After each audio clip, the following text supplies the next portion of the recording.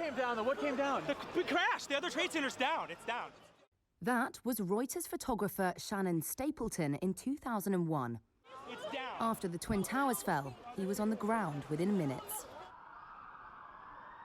Everybody was running the opposite direction and said we're under attack. You know, the second tower had been hit. And it was really crazy because it was a surreal day, kind of like this.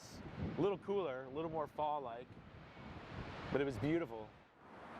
I hate seeing helicopters around here because that always makes me think of that day. His series of images came to define the day and were published globally. Responders carrying victims, survivors emerging from the smoke.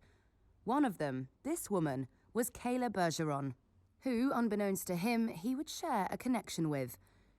She was head of public relations for the Port Authority of New York and New Jersey, who owned the buildings, and had just made her way down 68 darkened and flooded flights of stairs. It took her nearly an hour to reach the bottom. I had these photos of the people coming down, and Kayla was one of them, and you know, I had no idea who they were, and I made those photos, and the adrenaline was starting to, the reality of the whole situation was starting to really hit me, and you know, I thought about my wife, who is in Brooklyn teaching, pregnant with my son, and I said, it's time for me I gotta try to get out of here. Both managed to get to safety. Minutes later, the North Tower collapsed.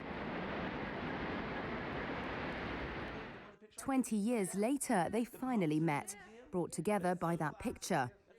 The PR executive and the photographer were connected in that shared slender moment, and by deep psychological wounds they both say they've only recently come to terms with. It really affected me mentally and psychologically. And I went through several years of having very bad dreams.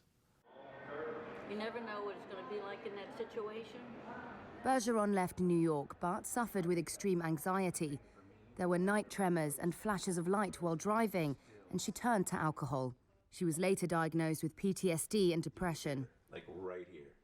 For Stapleton, the years that followed 9/11 were filled with professional success.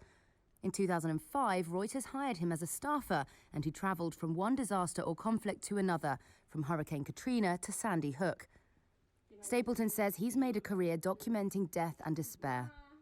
For a lot of time, I think that I did not deal with it like I should have dealt with it, mentally and therapeutically,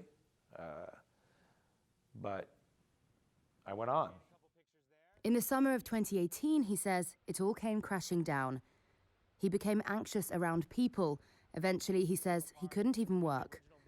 He sought help and was diagnosed with PTSD and severe depression. It was a really awful time.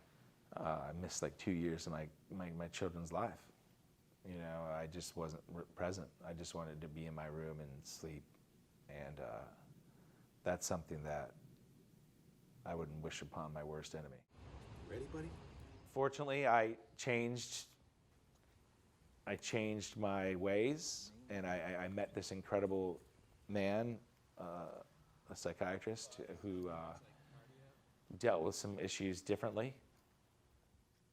And right now, like I said, every morning I say thanks. I feel like I'm doing the best work of my life.